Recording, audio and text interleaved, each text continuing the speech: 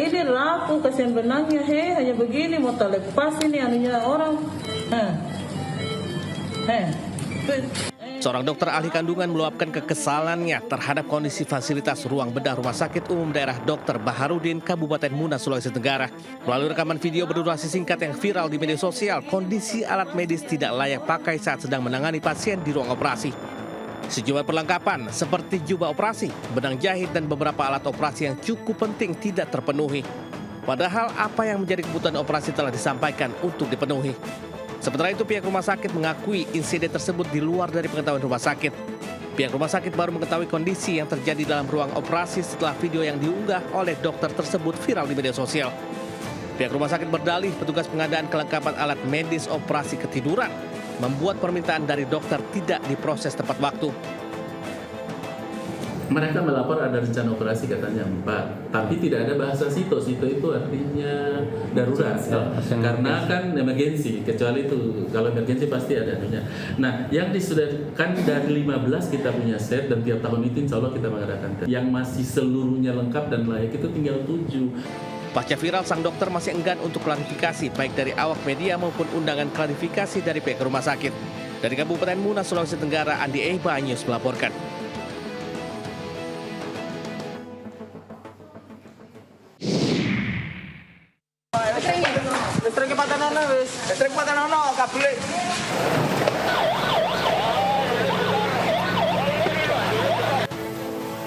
Sebuah mes karyawan di Jalan Beratang, Binangun, Gang 2, Kecamatan Gubeng, Surabaya, Jawa Timur terbakar. Akibat kebakaran tersebut, sebuah toko bangunan yang berada tepat di bawahnya nyaris terbakar.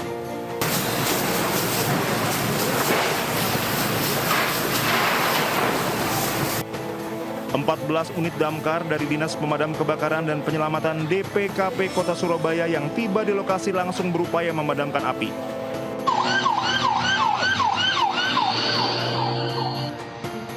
Diduga kebakaran disebabkan karena konsleting listrik dari kamar yang ada di lantai 2 toko bangunan.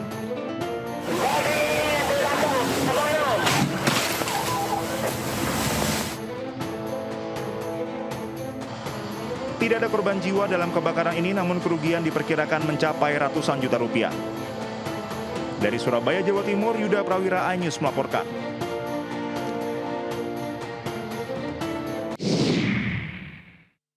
Ambruk mas, bangunan mas. Kebakaran hebat terjadi di sebuah pabrik pengolahan dan penyimpanan plastik di Jalan Gatot Subroto, Kota Jombang, Jawa Timur. Api berkobar hebat dari dalam gudang dan melalap habis seluruh bagian atap dan peralatan yang ada di dalam gudang.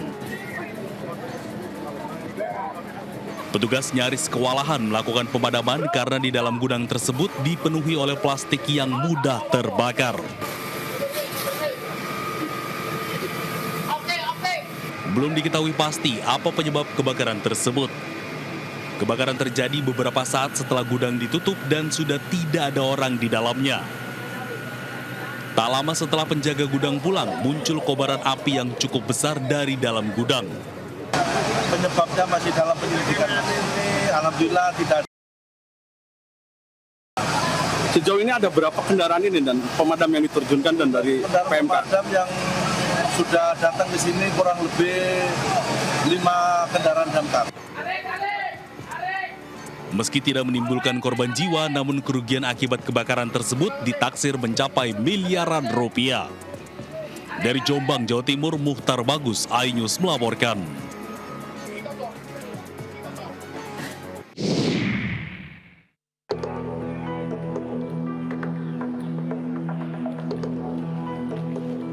Seperti inilah banjir yang merendam Nagari Duku, Kecamatan 11 Koto Tarusan, Provinsi Sumatera Barat.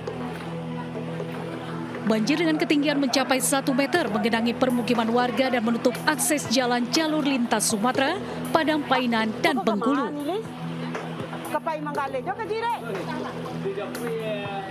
Tingginya intensitas hujan yang mengguyur kawasan pesisir selatan sejak 2 hari terakhir ini hingga Senin pagi mengakibatkan Sungai Batang Tarusan meluap hingga ke Jalan Nasional.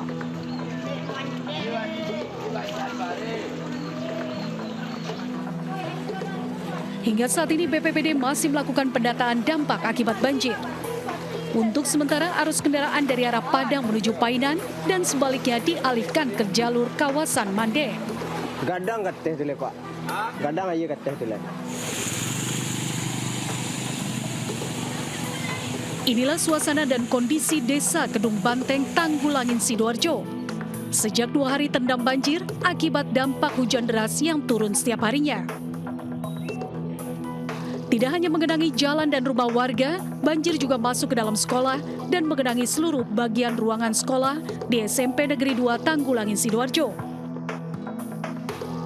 Pihak pengelola sekolah terpaksa harus memutuskan dan menutup aktivitas sekolah dan meminta siswa melakukan proses belajar mengajar secara online atau daring di rumah masing-masing. Proses ujian sekolah yang akan berlangsung pada minggu ini pun terpaksa harus dilakukan secara daring. Selain faktor intensitas hujan yang tinggi, penurunan permukaan tanah di kawasan Tanggulangin yang terjadi setiap tahunnya. Dari Sumatera Barat, Budi Sunandar, dan Sidoarjo, Jawa Timur, Pramono Putra, iNews melaporkan.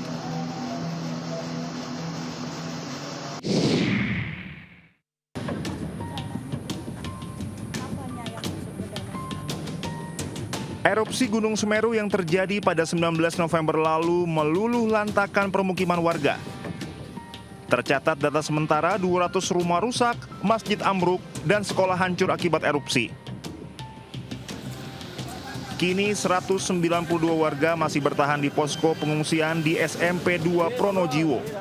Di hari kelima pasca erupsi Gunung Semeru, para pengungsi kini cemas atas nasib mereka ke depan. Ke depannya itu yang mau macam pemerintah ada perhatian di sini,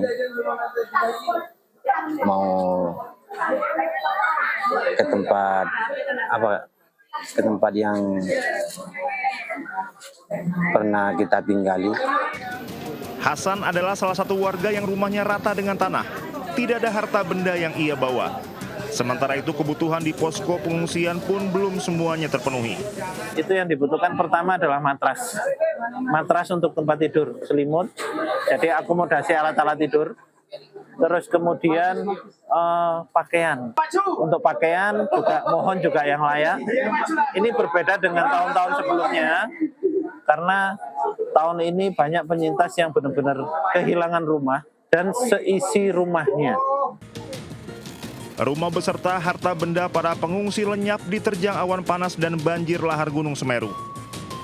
Korban erupsi pun menanti bantuan baik dari pemerintah swasta maupun swadaya masyarakat di sekitar Lumajang.